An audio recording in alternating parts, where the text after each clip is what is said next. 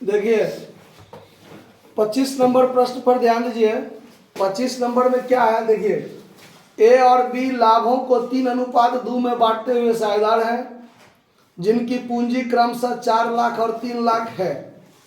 पूंजी पर 5% के दर से प्रतिवर्ष ब्याज दी जाती है और बी को 30,000 रुपया वार्षिक वेतन दिया जाता है जिसे निकाला नहीं गया है। मतलब वो निकाला, मतलब व्यवसाय से निकाला नहीं है मगर दिया जाता है। ठीक है।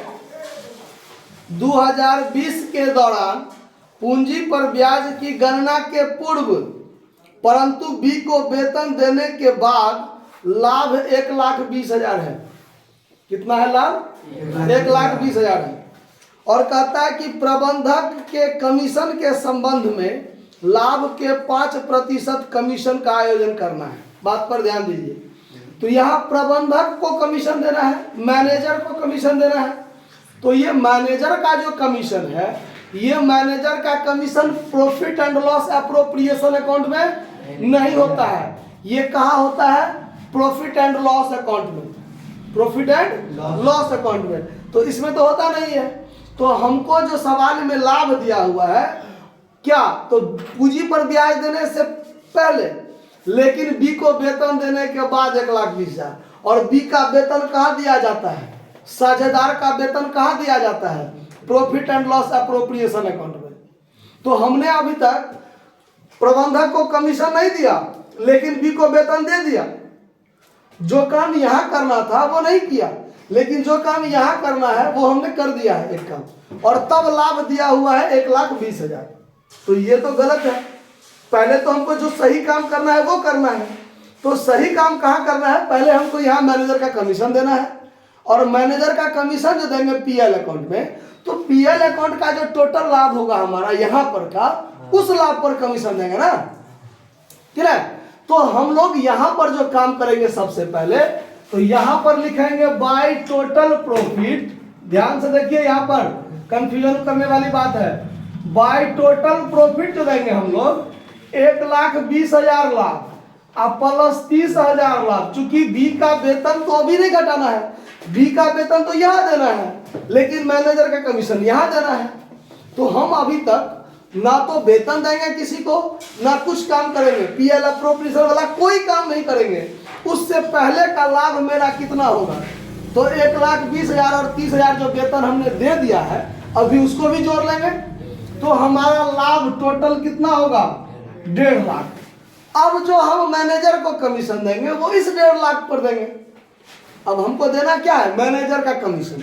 तो मैनेजर का कमीशन तो इसमें होगा, और उसका जब पीएल अकाउंट तक का जो लाभ है उसके लाभ पर न कमीशन होगा उसका। तो यहां पर जो देंगे to manager commission, managers commission देंगे हम। यहां पर कितना है? लाभ का 5%। तो ये जो आपका लाभ है 1.5 लाख, इस 1.5 लाख का 5% देंगे। तो इस 1.5 लाख का 5% कितना हो जाएगा? 7,500। अब इस 1.5 लाख में से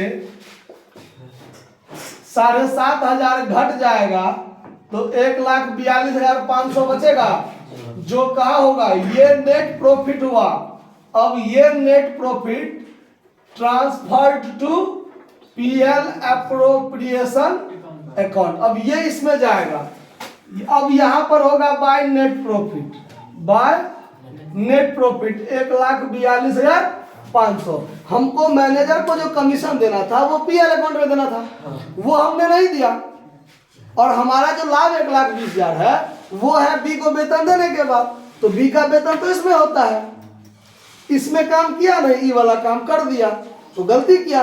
तो हम पहले बैक गियर में ऊपर तक जाएंगे कि भाई यहाँ पर हमारा लाभ कितना होना चाहिए? वास्तव में 1.5 लाख होना चाहिए। 1,20,000 बी को वेतन दिया है, उसके बाद 1,20,000। तो बी को वेतन देने से पहले कितना? तो बी को वेतन देने से पहले 1.5 लाख। अब 1.5 लाख का 5% कमीशन किसको देंगे? मैनेजर को। अब 7,500 कमीशन दे दिया तो काम सही हो गया। अब लाभ बचा 1,42,500। अब ये लाभ आएगा कहाँ? पीएल अप्रोप्रिएशन में। अब हमको देना है पूंजी पर ब्याज, साझेदार को वेतन। समझे बात? तो अब यहां देंगे to interest on capital, to interest on capital, किसको किसको, तो ए और बी को। तो ए का पूंजी है 4 लाख, तो 4 लाख का 5% कितना होगा 20,000, और बी का है 3 लाख, तो उसका 5% 15,000, तो यहाँ पर 35,000 क्या चला जाएगा पूंजी पर ब्याज के रूप में। अब देंगे बीज सैलरी, अब बीज सैलरी देंगे, क्यों देंगे, तो हम इस लाभ में सैलरी जोड़ के तब ना लाभ बनाए हैं, तो अब फिर यहाँ पर देना पड़ेगा, क्योंकि सवाल में था बी को वेतन देने के बाद का लाभ, ऐसा काम था पिछले किसी सवाल में, तो हम लोग मेहनत दिए थे वेतन, लेकिन इसमें देंगे, क्यों देंगे, तो सैलरी को जोड़ने के बाद हम लाभ बनाए हैं। अब एक बार हम देने मैंने सैलरी देने के बाद का दिया हुआ था, उसमें सैलरी जोड़ के हम टोटल बनाए, तो फिर से देना पड़ेगा ना हमको, इसीलिए अब यहाँ पर हम उसको दे रहे हैं। तो अब यहाँ पर सैलरी कितना देंगे 30,000, दोनों काम हो गया। अब यहाँ 1,42,000 में से 1,42,500, 1,42,500, इसमें से ये 65,000 घट जाएगा, तो घटाइए 1,42,500 में से 65,000, जो बचेगा वो यहाँ पर लाभ बचेगा, और उस लाभ को कौन बांटेगा, साझेदार। तो to partners capital account profit बांट देंगे किसके किसके बीच में, ए और बी के बीच में। तो घटा के कितना हुआ 1,42,500 में से घटाइए 65,000, तब बच गया 77,500, है आंसर 77,500 है, 77,500 टोटल ना। अब इसको बांटना है किस अनुपात में, 3:2 में। तो अब इसमें भाग दीजिए 5 से, जो बच गया, तो 15 दूना 30, 31,000 इसका, और 15 तिया 45, 46,500 एक का लाभ। सवाल में जो आंसर दिया हुआ है ये आपको टोटल प्रॉफिट में 77,500 निकला है, तो ऐसा नहीं कि आंसर को गलत समझ लीजिएगा, काट दीजिएगा, ये आंसर आपको दिया हुआ है, नोट कर लीजिए। धन्यवाद।